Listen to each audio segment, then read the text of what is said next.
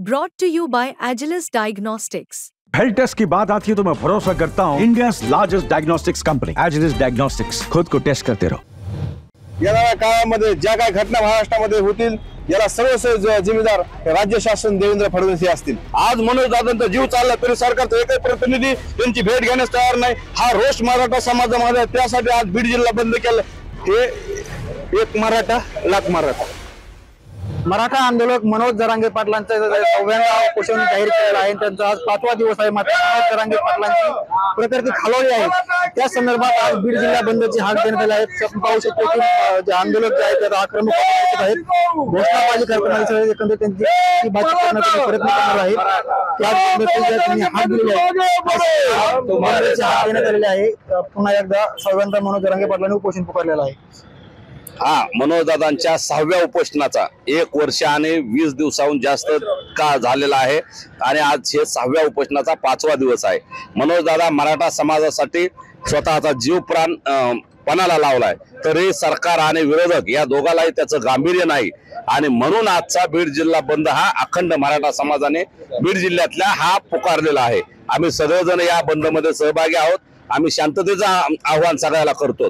कुणीही कायदा हातात घेणार नाही, हिंसक वळण लागू देणार नाही आणि जर असं कुणी करताना आढळलं, कुणी गैरकृत्य करताना आढळलं तर आपले मराठा सेवक सगळे त्याला मज्जाव करतील। पोलिसही त्या बाबतीत थोडंसं सतर्क राहतील आणि नक्की मराठा समाजाला आरक्षण मिळालं पाहिजे। सगळे सोयऱ्याची अधिसूचना अंतिम झाली पाहिजे। मराठा आणि कुणबी एकच आहेत ही अधिसूचना निघली याचा कायद्यात रूपांतर झालं पाहिजे, कायदा झाला पाहिजे आणि कोपर्डीच्या भगिनीला न्याय मिळाला पाहिजे आणि आंतरवलीसह सगळे गुन्हे मागे घ्यावेत।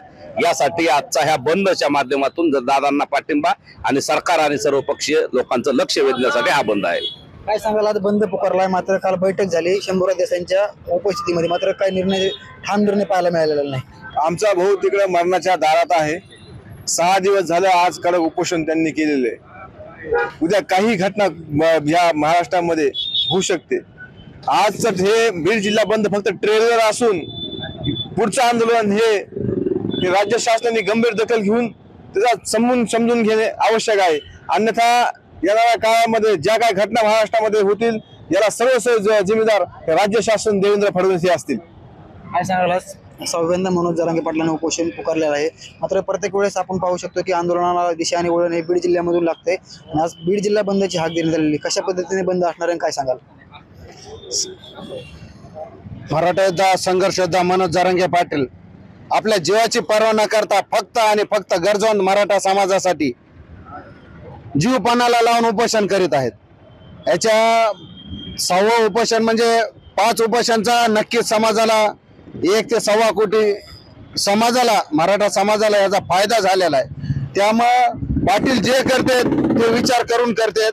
फक्त आमची सर्व समाजाची ही विनंती आहे की पाटील, तुमचे जीव आमच्यासाठी देवापेक्षा बी जास्त आहे। त्यामुळे तुम्ही उपोषणचा मार्ग सोडून दुसरा कोणता बी मार्ग आम्हाला सांगा, आम्ही त्या मार्गावर चालायला तयार आहे। आणि बीड जिल्हा हा शांततेतच, कधी पण शांततेतच बंद असतं आणि शांततेत न गालबोट लागता शांततेतच बंद राहील। काय सांगाल, मराठा आंदोलकांना नोटीस देखील देण्यात आलेल्या आहेत बंदच्या अनुषंगानं आणि पुन्हा एकदा उपोषण पुकारलेले। आज बंद कशा पद्धतीने असणार आहे नेमकी? गेल्या 1 वर्षापासून संघर्ष योद्धा मनोज दादा जरांगे पाटील हे आंदोलन करत आहेत। 1 वर्षामध्ये 6वी वेळ आहे। 10 दिवस, 5 दिवस, 15 दिवस या पद्धतीचे आंदोलन केले आहेत, तरी पण सरकारने कुठलीही दखल घेतलेली नाही। आणि 3 ते 4 महिन्यापूर्वी मराठ्यांच्या कुणबी नोंदी रद्द करा, मराठ्यांना आरक्षण देऊ नका यासाठी ज्या मराठा द्रोही लोकांनी आरक्षण केलं त्याकडे सरकारची रांग लागली होती त्यांची भेट घेण्यासाठी। आज मनोज दादांचा जीव चालला तरी सरकारचा एकही प्रतिनिधी त्यांची भेट घेण्यास तयार नाही। हा रोष मराठा समाजामध्ये, त्यासाठी आज बीड जिल्हा बंद केला। शांततेच्या मार्गानेच बंद राहणार।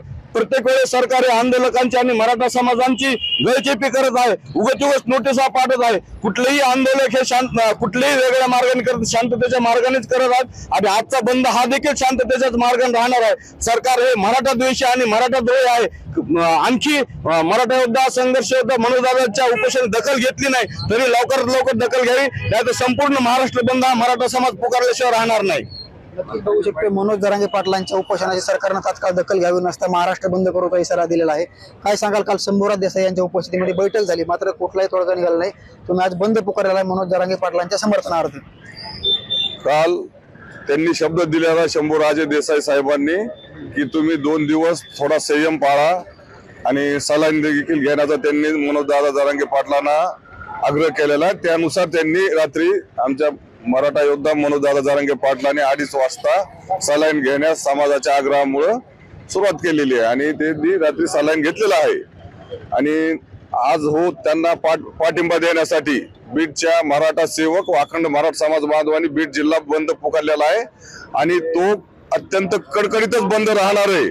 आणि आमचा बंद जरी शांततेत असला तर व्यापारी बांधवांनी देखील त्याला उत्स्फूर्त प्रतिसाद द्यावा आणि जर व्यापारी बांधवांनी उत्स्फूर्त प्रतिसाद न देता दुकाने उघडे ठेवून मराठा समाजाला डिवचण्याचा प्रयत्न केला आणि काही अनुचित प्रकार घडला तर त्याला व्यापारी बांधव जबाबदार राहतील।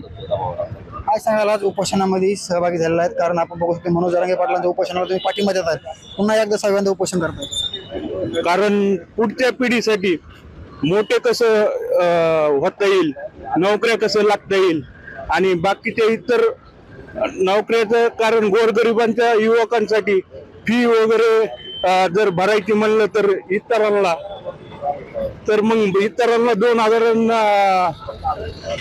ओपनवाल्याला 2,000, तर आपल्यासारख्याला जर हे अन्याय व्हायला लागला, जर न्याय मिळत नसेल तर तोंडाजवळून न्याय मिळालाच पाहिजे।